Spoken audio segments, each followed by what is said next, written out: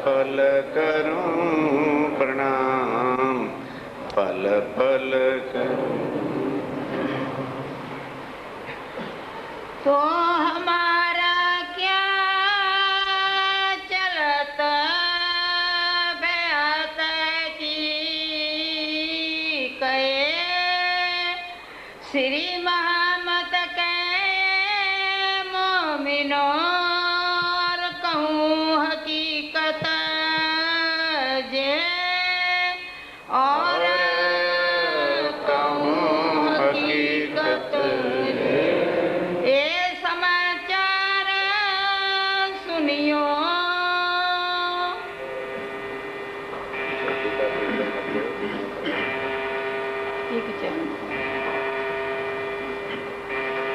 फरमाइए सुनो सर।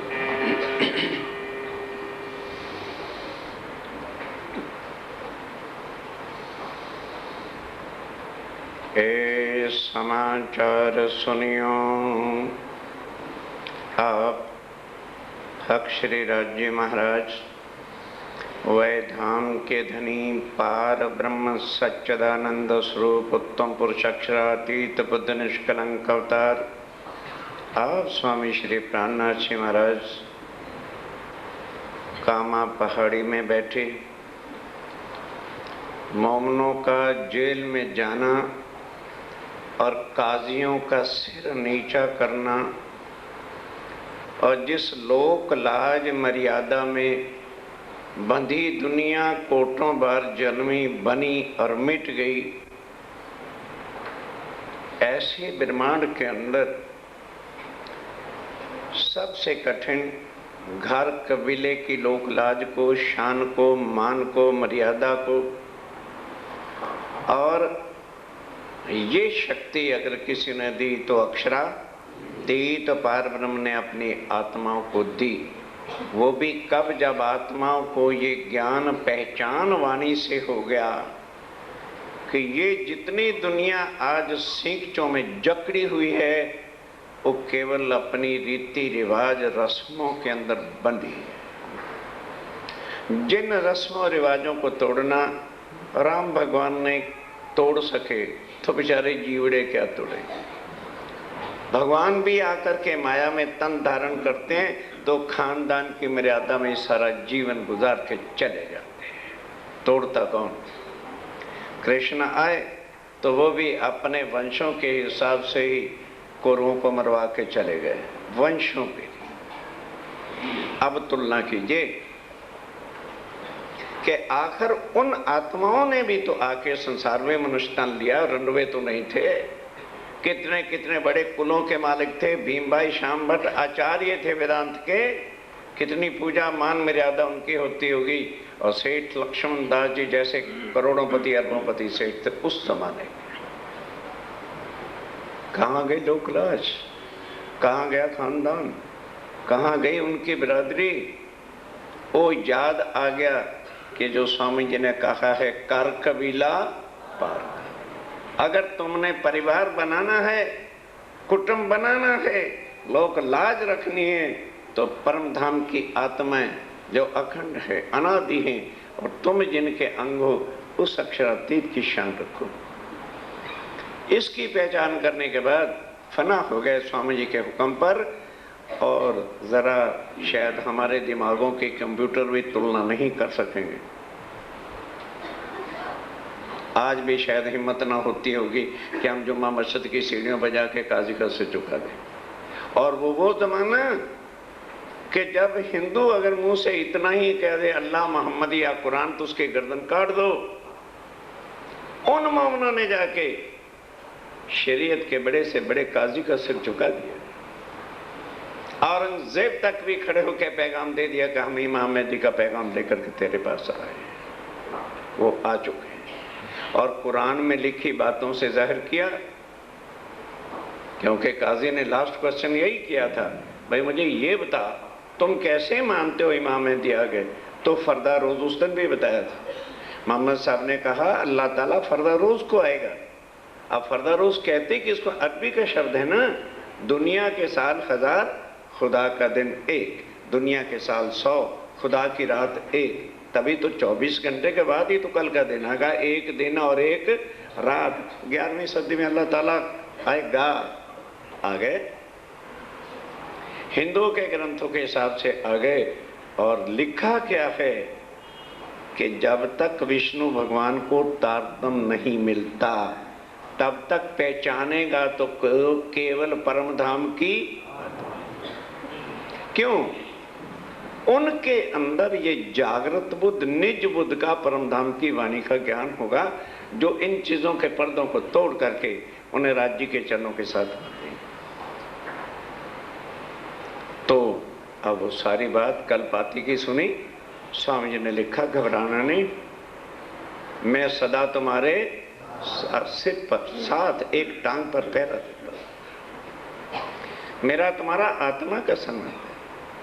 4 दिन में शरीर से जुदा भी हो जाऊंगा, राज्य जो अंदर प्रेरणा दे रहे हैं, तो चिंता मत करना, मेरी आत्मा कभी भी तुमसे अलग हो नहीं सकती।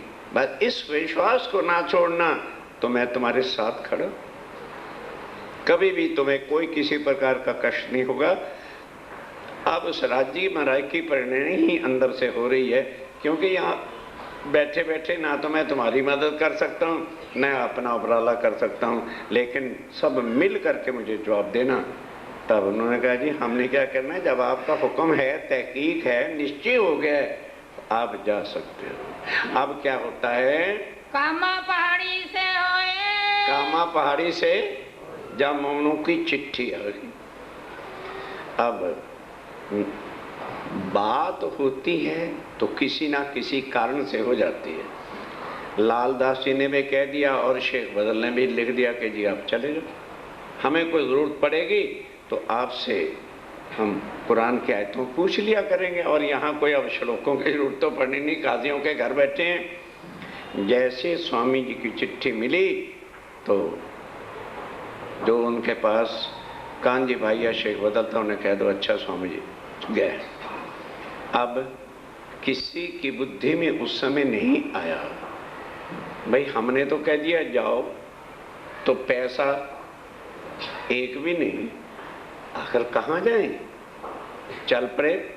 2 सुंदर साथ थे केवल, एक मलूकचंद और एक और सुंदर साथ लेके चले पैदल। अब उस समय कोई आने जाने के साधन ही नहीं होते थे, कहाँ मथुरा और कहाँ, जहाँ आज जयपुर है ना, जयपुर तो राजा जयसिंह ने बसाया था, पहले नहीं होता था।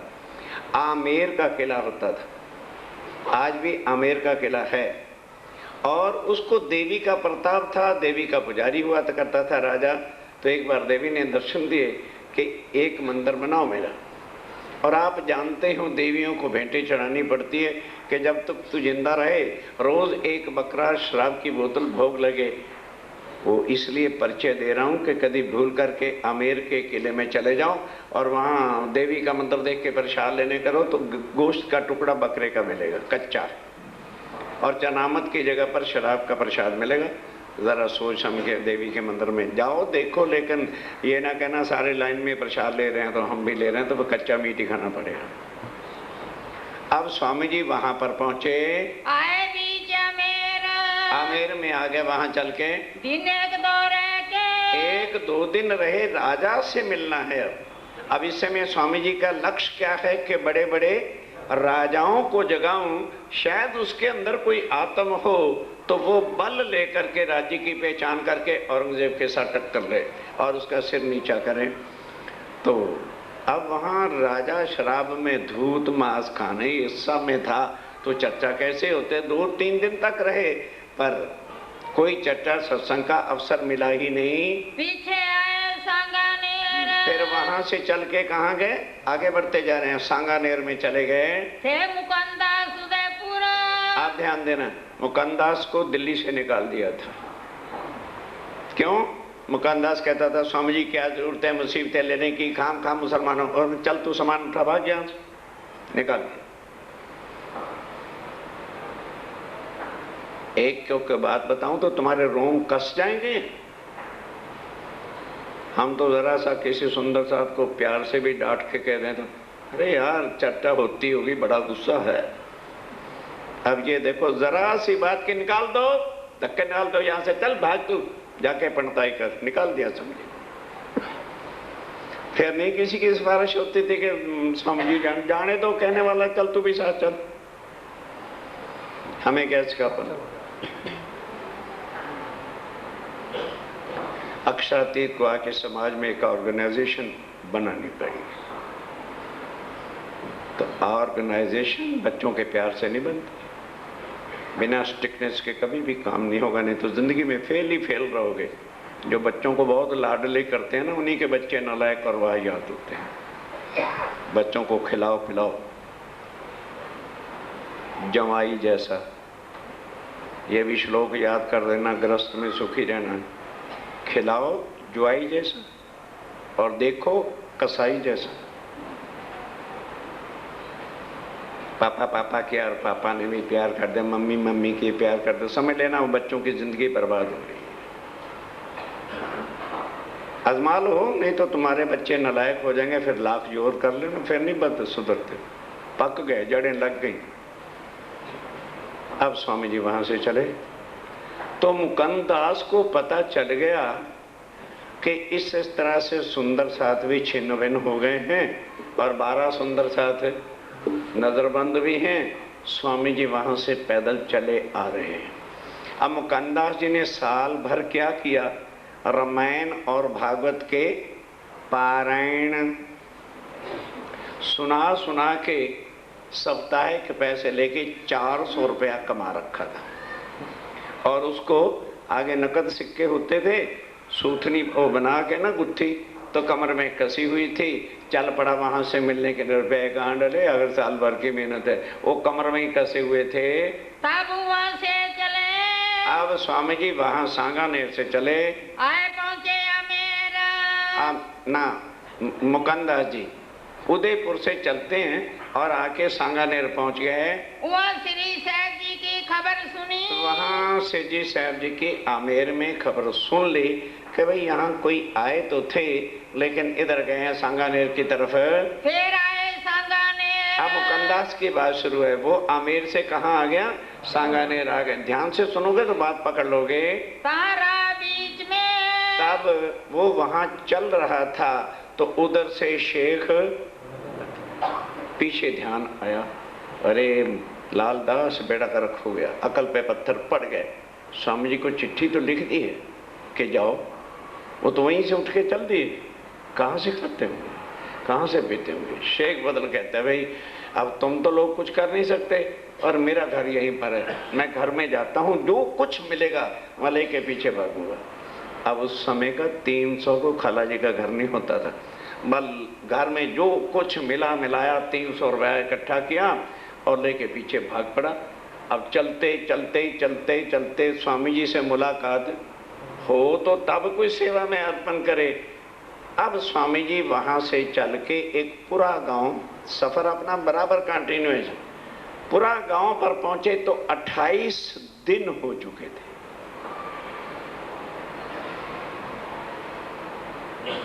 कुछ खाया नहीं। स्वामी जी अपनी कलम से लिखते हैं, भाई खाते कहाँ से, घर में कुछ था ही नहीं, तो मैं भीख मांगने थोड़ा ही जाना था। कहाँ से आए पूर्व में। आप ध्यान देना, शेख बदल और मुकुंद दास जी की भेंट हो गई।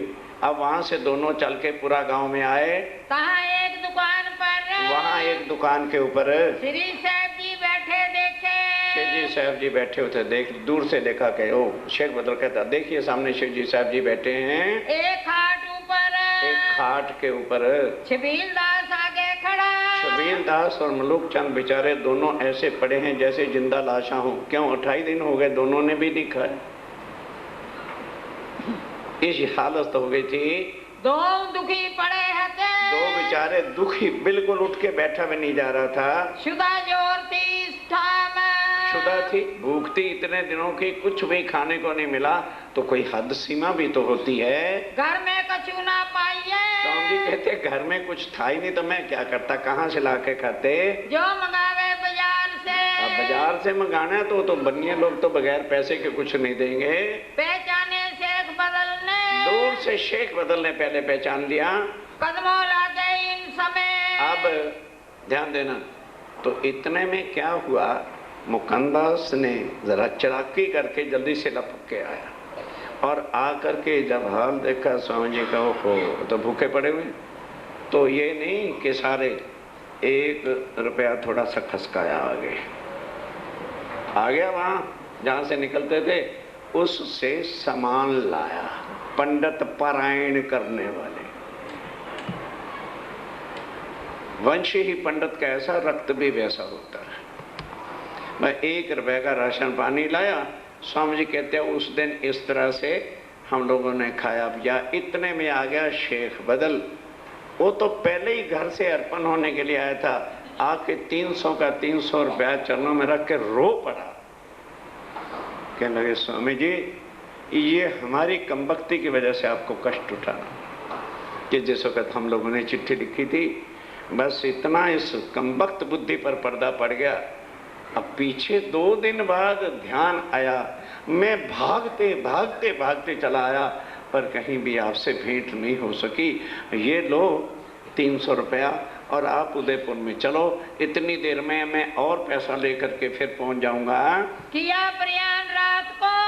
तब अमुकंदास जो प्राणनाथ नहीं समझा, क्या समझा, मेरा ही ठाकुर है। तो रात को एकांत स्वामी जी के साथ बैठ के कहने लगा जी मैं कुछ आपसे सलाह मशवरा करना चाहता हूँ। अब बैठा सलाह कर रहा है। कहने लगे स्वामी जी मैंने आपको मना किया था ना, बोलो आपको मिला क्या?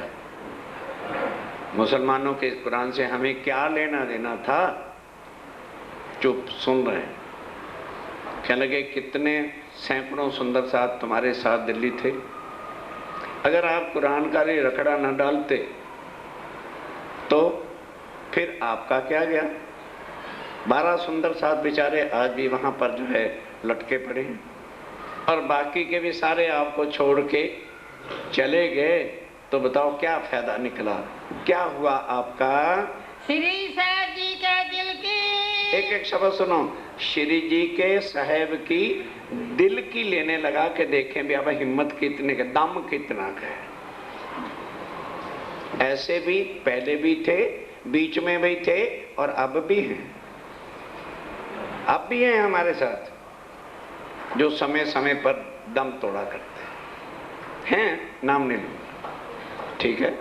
वो अपनी अकल का अपना काम करते हैं, और जिसको राज्य ने सौंपा है वहां तो राज्य की मेयर काम करती है, आदमी नहीं करा करता। अब स्वामी जी क्या उत्तर देते हैं? लगे बाता पूछना, दिल की बातें पूछने लगा, देखे कैसी मसलत करते, देखें भला अब क्या कि स्वामी जी कहते हैं कितना कदम है, क्या करना चाहते हैं? हुआ तो साला ऊपर मोमिन। स्वामी जी आपको मिला क्या? वो तो बेचारे जेल में लट गए, पता नहीं औरंगजेब मार डालेगा, क्या करेगा? तब श्री जी साहब जी का, तब स्वामी जी ने कहा भी अच्छा मेरा तो जो कुछ हुआ या मोमनों का हुआ, तुम तो अलहदा हो गए थे ना, और तुमने भी तारतम लिया हुआ था। जरा ये बताओ उदयपुर में जाकर के तुमने कितनी आत्मा को जगाया है, और तुमने कितने को तारतम दिया, कितने को राज्य में रखी, पहचान कराइए। कहने लगे आपने तो उस दिन से ये चक्कर ही छोड़ दिया था तारतम वाला। गीता और भागवत के पारायण करते रहे, ठाठ से खाना पीना, कपड़े देखो कितने सुंदर है, तुम्हारे कपड़े फट गए। बढ़िया कपड़ों से आत्मा जागृत होती पंडितों की, और 400 रुपए भी कमा रहे हैं, भूखे थोड़े मरते फिरते हैं। अब ना छोड़ो इन्हें। स्वामी जी कहते हैं अच्छा अब तू मेरी आज ताकत ही देखना चाहता है, तो अब मुसलमानों को छोड़ दूंगा नहीं। वो नशा भूल जाएं कि हिंदुस्तान में फिर उनका झंडा लगेगा, या राज होगा। उखाड़ दिया जड़ से उनको। और अब तू कहता है ताकत, तो साल भर रहा है ना उदयपुर में, किसी ने तेरे से तारतम लिया नहीं, अब मेरे हुक्म से जा, मेरी यही ताकत है। हमने कह दिया ना, और तो कुछ नहीं किया, इतना ही तो कहा है जब हम हुक्म देते हैं इस काम पर जाओ। जाते ही तू जिसके घर साल भर से रह रहा था उसको चैन नहीं पड़ेगा और वो कहेगा स्वामी जी को बुलाओ, मैं उनके दर्शन करना चाहता हूँ। जोर देखी हिम्मत। मुकानदास कहता भी दम तो है, दम तो है, हैं? हिम्मत तो है, हिम्मत नहीं हारे। ये थे ऐसे ऐसे स्वामी जी के साथ लोग थे। ये बीतक ना समझो, अपने दिलों को टटोलो कि माया हमें कहां की कहां लपेटे मार के ले जाती है। ये क्योंकि लिखा है ना, जो उस वक्त थे साथ चरणों में आया सही और पिछले कारण ये, इससे अपने को तोलो। ये बात सुन के, इस बात को सुनकर मुकानदास पर हुआ हुक्म। मुकानदास को हुक्म हुआ, आगे तो तू भाग के चला गया था ना, अब हमारे हुक्म से जा, चर्चा सुना वहाँ। मुकानदास मलूक चंद, तब मुकानदास मलूक चंद को लेके फिर चल पड़ा। चले वहाँ से जब यहाँ से चले तो रास्ते में भील और गौड़ फिर थे। राजस्थान में तो जंगलों में थे ही थे। उन्होंने फिर देखा यार ये सेठ को जा रहा है, लूट लो। भीलों का तो काम ही होता था। मुकानदास जी के फिर पीछे, अब 400 है ना मुसीबत बल्लेबंदी हुई। अब आगे आगे मुकानदास और पीछे पीछे भील, बड़ी मुश्किल से बस वो जान बचा के भागा। मुकानदास विचार के, मानदास विचारते आया उदयपुर। अब उदयपुर आ गया। लादू मसानी के, वही लादू मसानी के जिसके यहाँ साल भर से लेके केवल रामायण और भागवत करता था, पैसे लेता था। अब उसको जाके विजयाभिनंद बुद्ध निष्कलंक अवतार की पहचान की, दो ही बातें कही। वो कहते मुकंदास तूने साल भर से किया क्या? ये रामायण तो हम सदियों से सुनते आ रहे, और एक राम की कहानी है इसके अंदर। आदो राम तबाव वनादि गमनम हत्वा मृगम कांचना विदेही हनम जटाई मन्नम समुद्र तरनम रावण मारनम सीता शिवा। ये रामायण और है क्या? आदो राम तपो वनादि गमनम हत्वा मृगम कांचनम, सोने के मार दिया, रावण आया, सीता हरनम समुद्र तरनम, राक्षसों को मारा, रावण को मारा, सीता लेके गए। और क्या रामायण कहता है? यही तो हम सुनते आ रहे हैं। और इसमें आत्म कल्याण की कौन सी बात है? जा, अगर विजयावनंदर पार्वन मक्षातीत आ गए तो अभी उन्हें बुला के लेके आ। कबूल करी उनने, उसने स्वीकार कर लिया। बुलाए ले आओ तुम यहाँ, तो हम आप ही जाके बुला के लाओ, और मैं श्री जी के स्वागत की तैयारी करता हूँ। श्री बाई जी और साथ। अब उस समय जब मुसलमानों से टक्कर लेनी थी तो स्वामी जी ने बाईराज और सब बाकी सुंदर सात माताएं बहनें जो वृद्ध थे उनको आगरे भेजा हुआ था कि तुम वहां जाके विश्राम करो। आगरे में छोड़ा हुआ था। लादू मसानी आया, तब स्वामी जी को लेने के वास्ते आ गए। अब आके मुकंदास से सूचना देता है कि स्वामी जी आपका हुक्म ही हुक्म है। और लादू मसानी जो साल भर से मेरी बात नहीं सुनता था, मैंने केवल इंट्रोडक्शन ही आपकी पहचान की बात कही है, तो वो तो दर्शनों के लिए तड़प उठा है। आप चलिए, इस्लाम आओ, तातम लेने को तैयार है। तिन्ने बुलाया तब उसने बुलाया। रहने की ठाम। अब जब वो बुलाने गए तो ने कहा चलो भाई बुलाते हैं तो चलते हैं। तब पहले से ही अपनी हवेली खूब स्वामी जी के अनुसार सब कुछ व्यवस्था कर रखी थी। स्वामी जी आए और उन्हें हवेली में ठहरा दिया। लादू भाई के आए, लादू भाई के घर पहुंच गए। उनके घर में पहुंच गए। आदर भाव उनकी, खूब आदर भाव, रसोई, स्वागत, सब जो सुंदर साथी थे खूब आनंद से आज लादू मसानी के यहाँ भोजन हो रहा है। फिर लादू मसानी के यहाँ, फिर लादू मसानी के यहाँ मुकंदास ने खबर, और मुकंदास ने खबर दी। कहाँ चर्चा होने लगी। अब वहाँ क्या होने लगी? जहाँ स्वामी जी बैठेंगे और क्या उन्होंने करना था।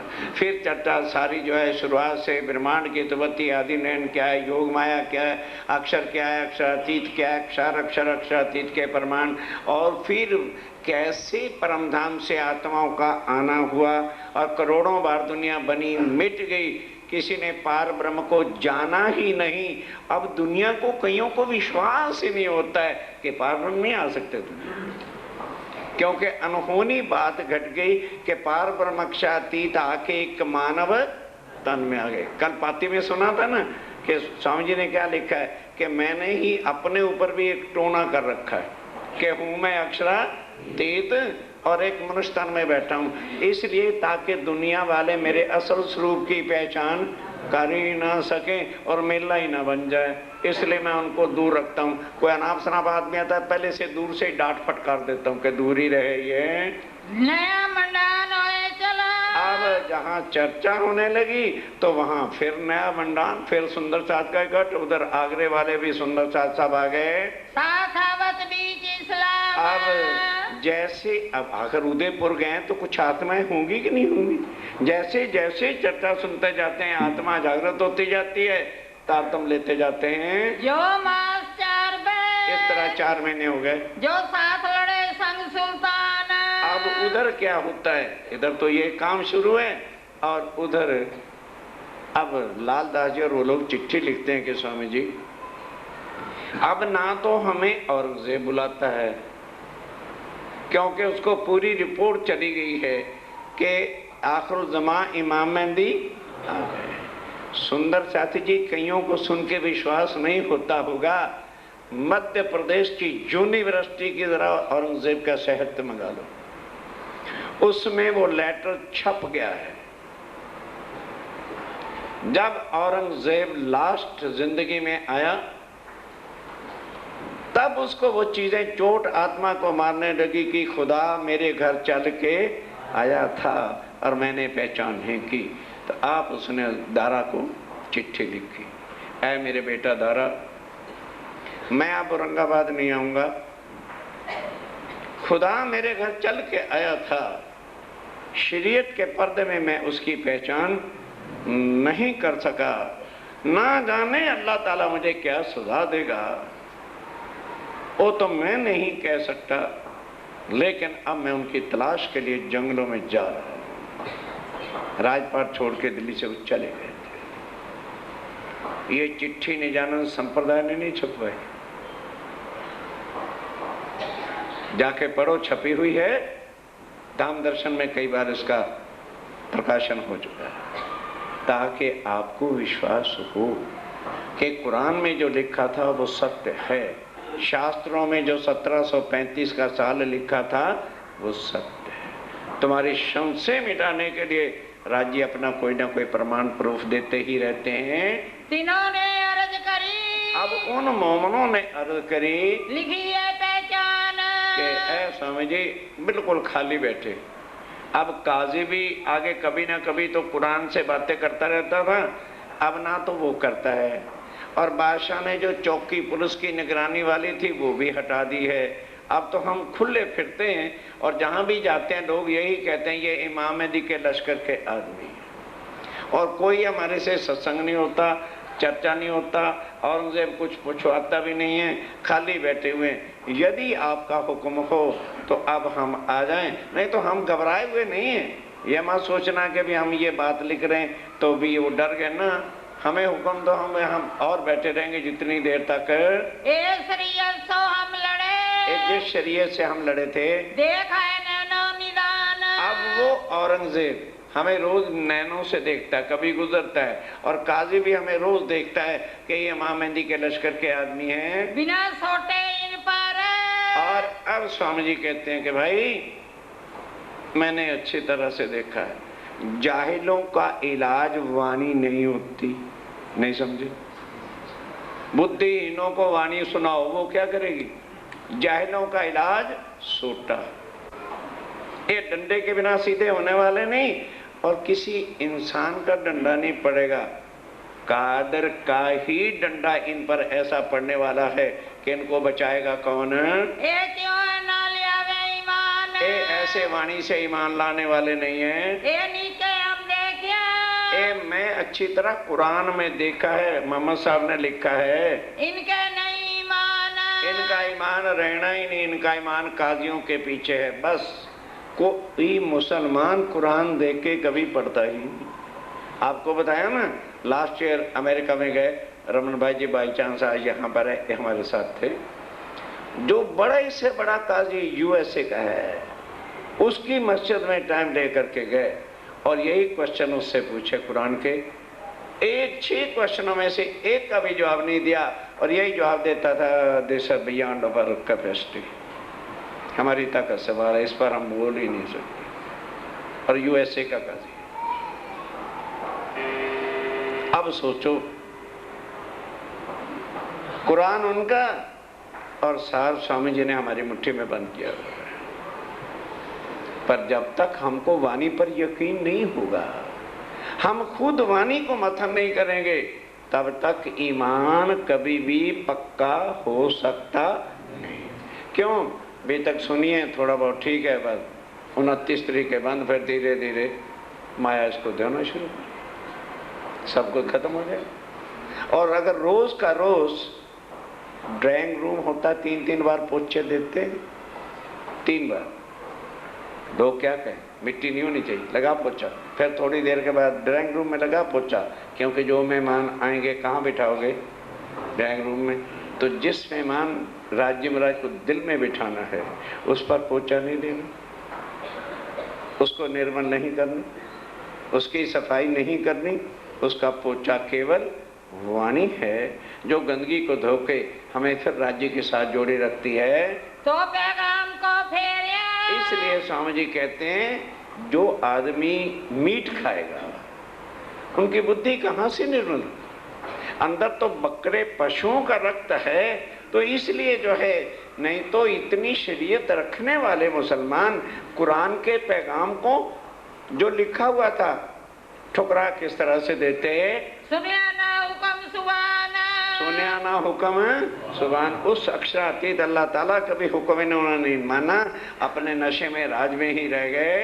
अब हमरा देखते। तब जब ये चिट्ठी पहुंची तो स्वामी जी ने कहा कि आप घबराओ मत। उन्होंने कहा, जी जो हम तो राह देख रहे हैं, आपके हुक्म का कहोगे आ जाओ तो आ जाएंगे, नहीं तो यहीं बैठे हैं। जो हमको आवे हुक्म, जो हुक्म आएगा हम वैसा ही करेंगे, दिन माफक हमको, उसी माफक चलेंगे, जैसा लिख भेजो तुम, जैसा आप लिख करके भेजोगे। तब बाती लिखी उन पर। तब स्वामी जी ने उदयपुर से उन सुंदर साथ को चिट्ठी लिखी, उठ के आइयो तुम, उठ के आ जाओ, अब समय आ गया। लेकिन ये नहीं कि चिट्ठी पढ़ो चुपचाप भागो, नहीं तो कल को कहेंगे जो भाग के चले गए थे। शेख इस्लाम जो दरबार का सबसे बड़ा वजीर है और शरीयत का बड़ा काजी है, उसको कहना कि वजीर साहब कोई और हमारे लिए खिदमत है तो बोलो, नहीं तो कृपा करके हमें रजा दो, इजाज़त दो, अब हम जाना चाहते हैं। तो फिर वो पहले स्वामी जी ने लिख दिया, अपने आप नहीं कहेगा। क्यों? उसको पता है कि ये अल्लाह ताला के भेजे हुए आदमी, तब वो औरंगजेब से आपको विदा कराएगा, बस फिर तुम चले आना। तो चिट्ठी मिली, पाती मिलते साथ उन्होंने शेख इस्लाम से मुलाकात की। पाती शेख बदल ले आया, शेख बदल उदयपुर से चिट्ठी लेके आ गया, दिल्ली बीच मोमिनों के हाथ में दे दी। जाए शेख इस्लाम से। तब सारे मोमिन क्या 2 जने गए, वे लालदास और भीमदास ही आगे बढ़ते थे।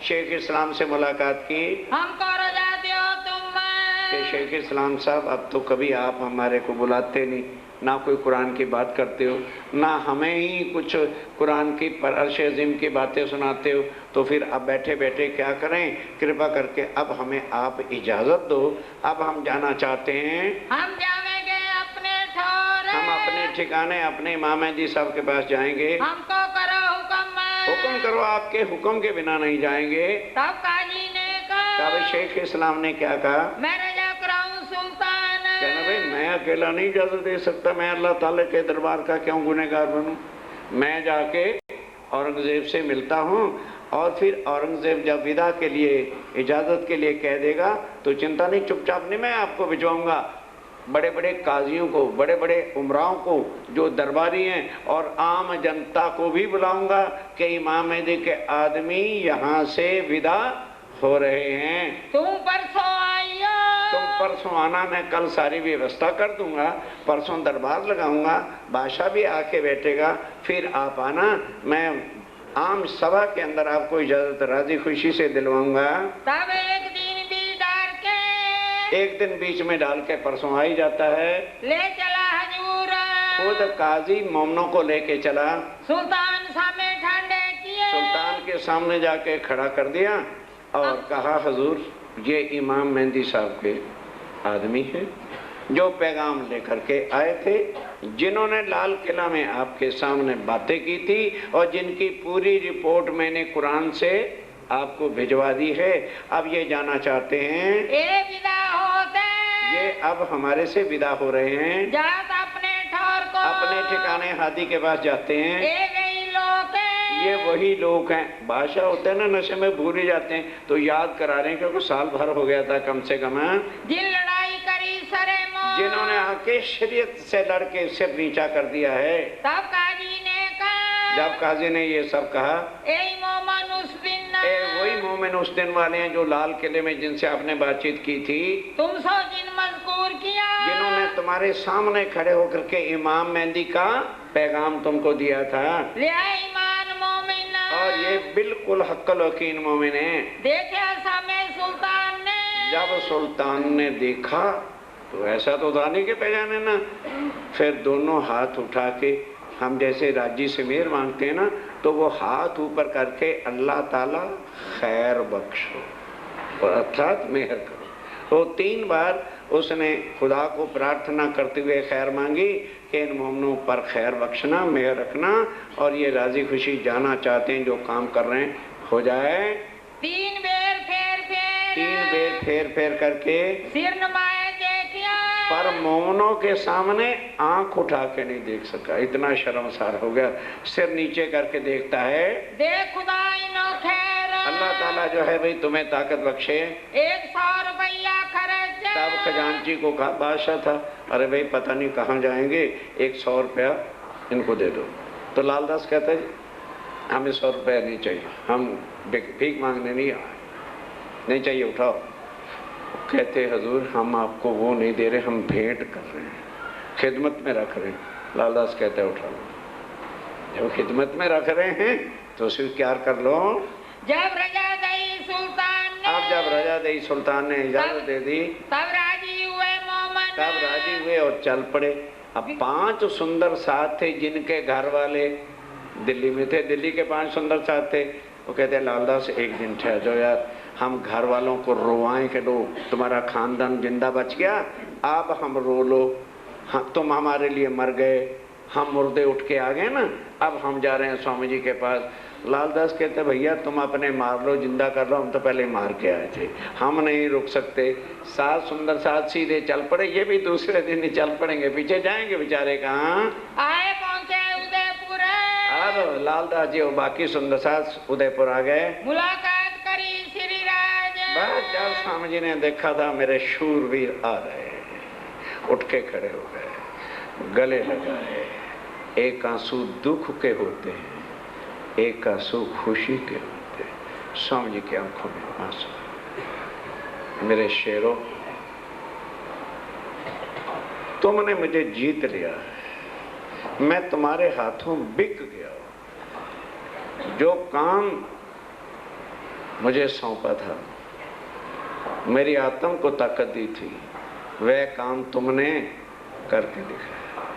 इस वास्ते एक एक सुंदर साथ को खूब गले लगाया, खूब प्यार किया। देख बदल शामिल बे, और स्वामी ने कहा उतार दो कपड़े,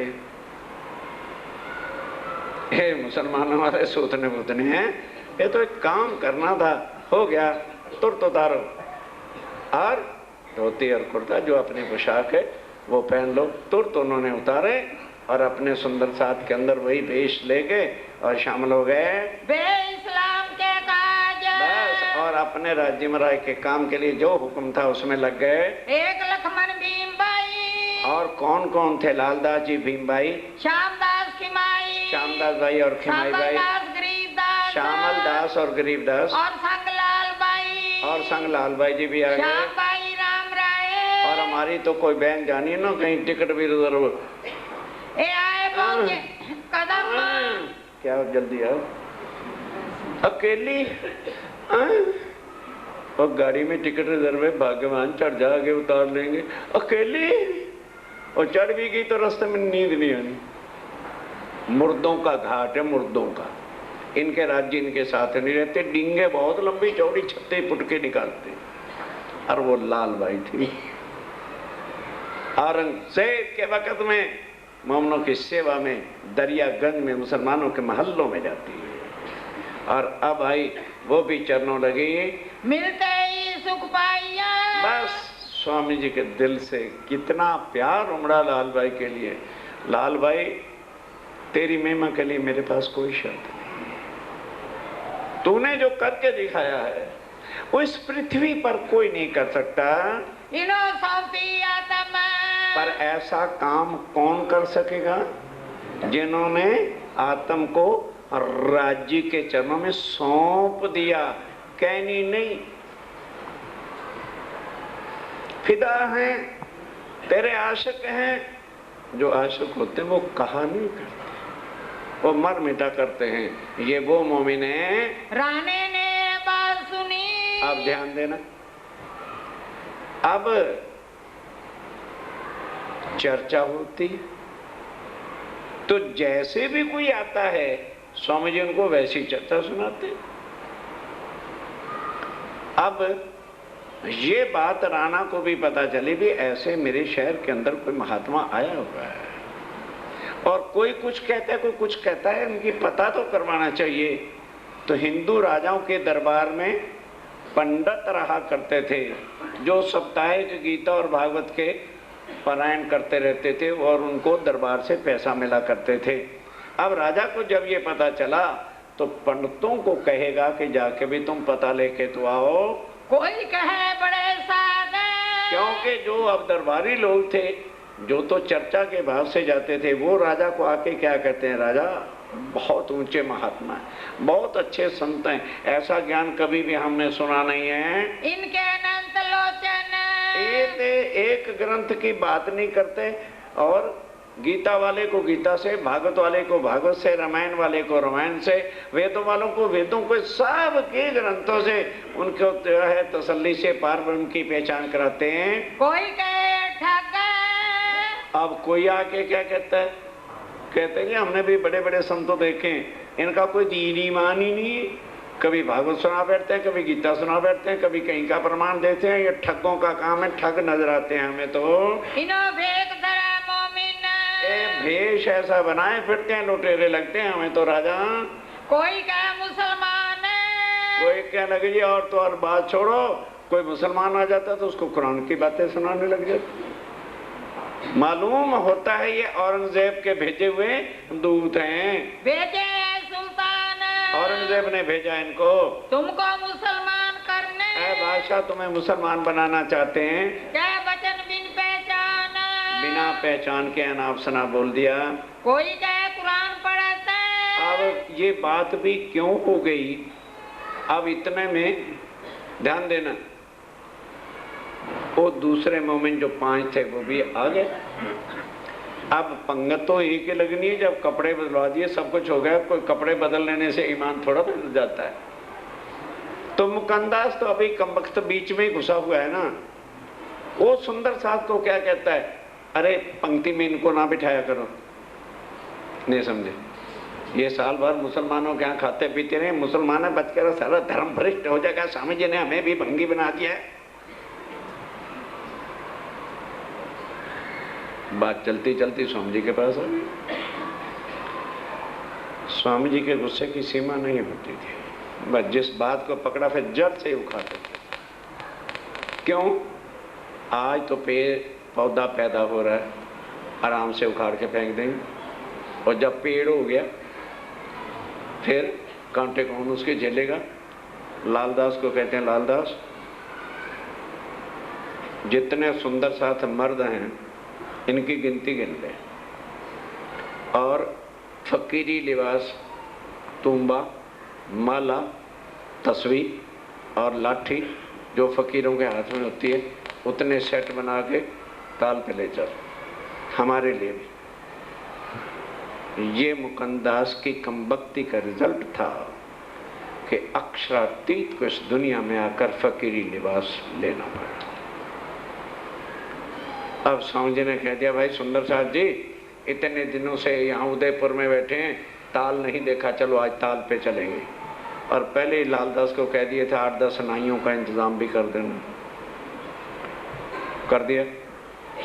पहले स्वामी जी ने खुद नाई को बुला करके सब दाढ़ी मूछ मुंडन करवाया और फकीरी वेश, सफेद वस्त्र फकीरों वाले, और तुम्बा, कोदड़ी और मुतका लाठी को बदल लिया और कह दिया, भाई सुंदर साहब, जिन्होंने मेरे साथ रहना है मेरे जैसा वेश बना, और जिन्होंने लाल साफे और टोपियां और पगड़ियां बांधनी, तिलक लगाने, वो कृपा करके यहाँ से चले जाओ और बाकी नाइयों के पास जाओ, सिर मुंडो।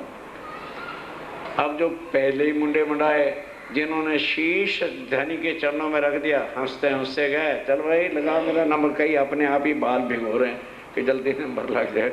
और सब जो स्वामी जी का देश था फटाफट तैयार।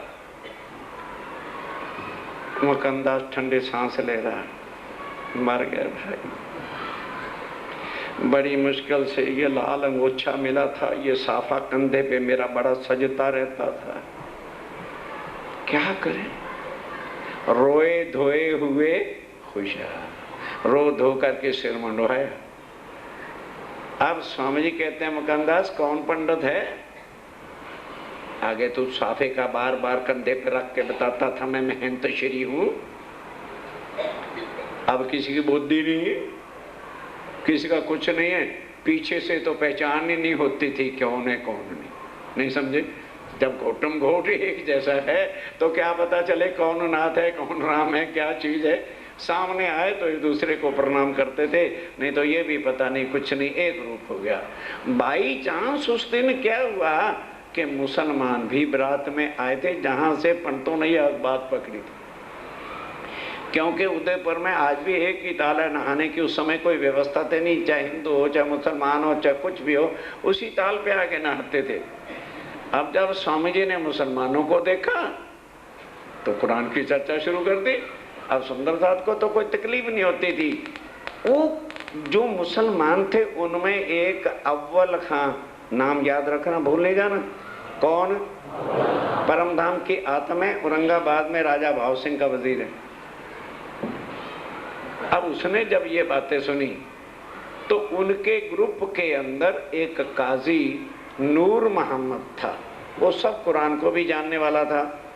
चर्चा देख के मुसलमानों वाली कुरान की बातें सुन के, जब वो बराती लोग थे, वो एक बारात में आए हुए थे, थोड़ा आगे गए, फतेह उसको जो है अव्वल खां कहता है, नूर मोहम्मद तुझे अल्लाह ताला की कसम है ये बता दे ये वैरागी कौन है। कहने भी अब तुमने जब अल्लाह ताला की कसम डाल दी है तो कुरान में लिखा है कि 11वीं सदी में अल्लाह ताला आखिरुल ज़मा इमाम मेहदी आएंगे, ये वही है। साफ कह दिया कि ये वही है। कहने लगे कम वक्त फिर जा कहाँ रहे, तुम जाओ, मेरा तुम्हारा कोई नाता नहीं।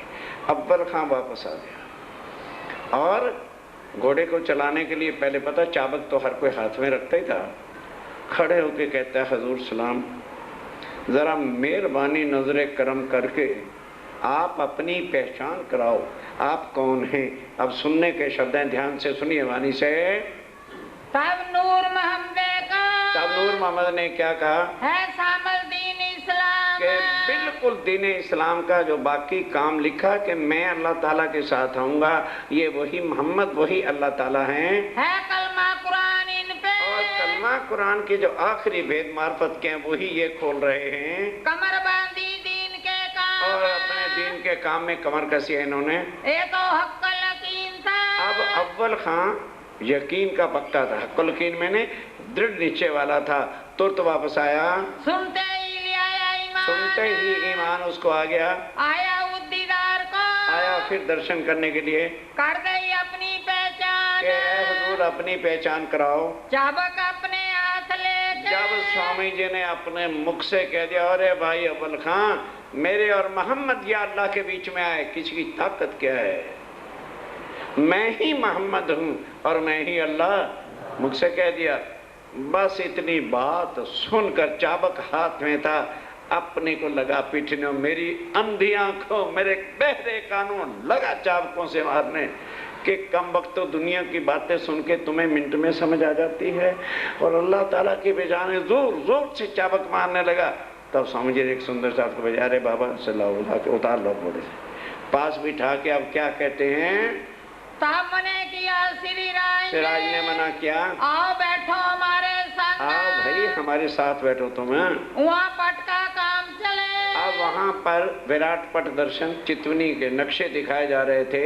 लिखावे बैठे श्री राज जी महाराज खुद बैठ के समझा रहे थे। मुकानदास दरोगा और मुकानदास नक्शे बदल बदल के रखता था, स्वामी जी स्वयं समझाते थे। बैठा था इनका इस काम के वास्ते ये चर्चा हो रही थी। आए पठान मिलके, तब पठान मिल के आए करने को दीदार, दर्शन करने के वास्ते। होने लगी चर्चा, अब चर्चा होने लगी। सवाल किया परवरदिगार के जी फिर परवरदिगार की पहचान कराओ, हमारे तुमको कलमा रसूल का। अब कलमा रसूल का कसम दे दी कि आपको अल्लाह ताला रसूल साहब की कसम है, तो हम होवे तुम्हारे, तो हम आपके जेर हो जाएंगे। इतना चाहता था, इतना ही वो चाहता था। जबराइल इन समय एकदम स्वामी जी को जोश आ गया। श्री जी को बैठा जोश, जोश आने की देर थी, फिर क्या बात था, ताकत अक्षातीत के अंदर होती है। मेरे मोहम्मद बीच में, मुंह से कह दिया मेरे और मोहम्मद के बीच में कोई आए, किसकी ताकत क्या है, कौन आवे बड़ा अफसोस, कौन आता है किसी की ताकत क्या, बड़े अफसोस की बात है। तो मुसलमान होकर के भी अंधे बने फिरते हो।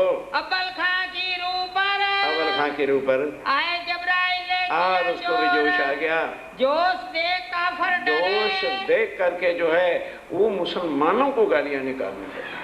तब वो बाकी मुसलमान तो डर के चले गए, करने लगे शोर, और जैसे मुसलमानों की फितरत होती है जा करके शोर क्या करने लगे, अरे यार हिंदू होकर के ऐसा तूफान उठाता फिरता है, औरंगजेब को रिपोर्ट भेज देनी चाहिए। एक दिन कीर्तन में, अब ये तो बस फिर जेर हो गया। अव्वल खां तारतम लेके तब वापस गया।